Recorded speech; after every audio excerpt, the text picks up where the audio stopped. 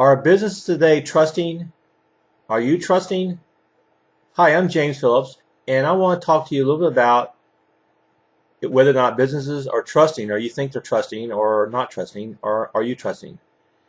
The other day I was riding my bike, and as I usually ride, I usually come up with ideas, or come up with thoughts that just pop in my head. I don't know where they come from, but I want to explain to you my take on is businesses trusting or not trusting, and are you trusting or not trusting?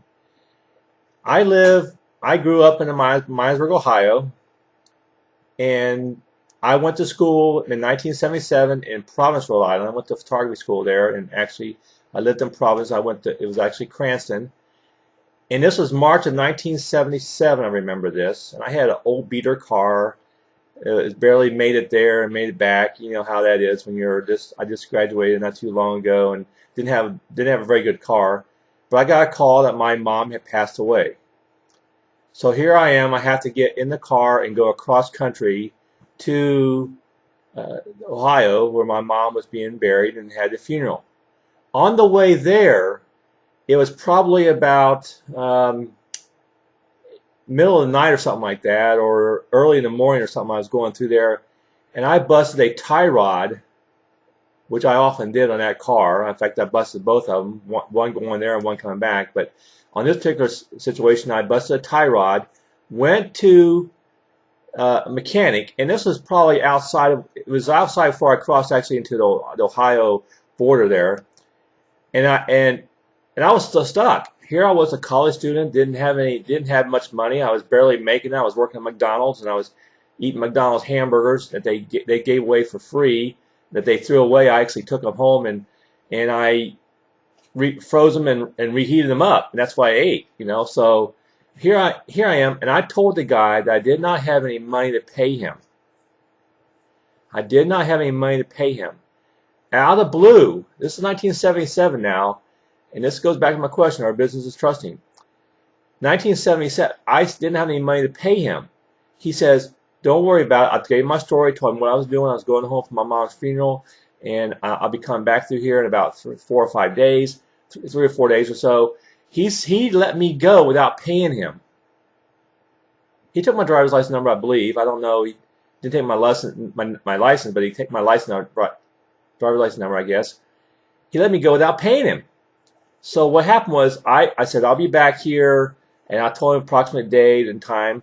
So I went home, and I went to my mom's funeral. I told my dad, I said, "Dad, hey, I owe this guy some money." It was, forget what it was, $100 or $200 or so at the time, or $100, whatever. To me, it was a lot of money. So I borrowed the money from my dad. So I went back through, and I stopped off, and I paid him the money. I paid him the money. Now, how many times do you think that'll happen today? Well, it's happened to me one other time.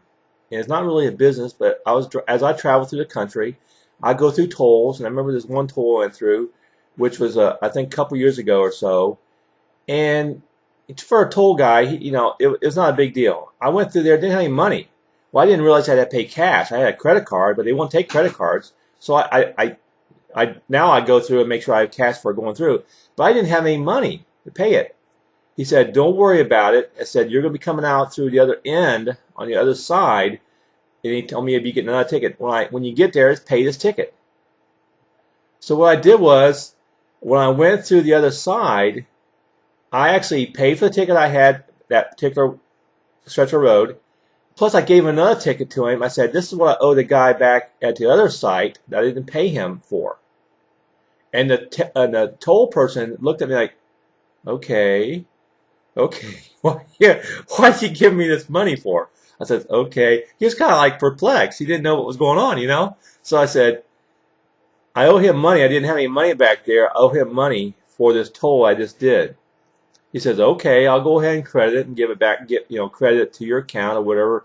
I don't know if they have an account or what they have.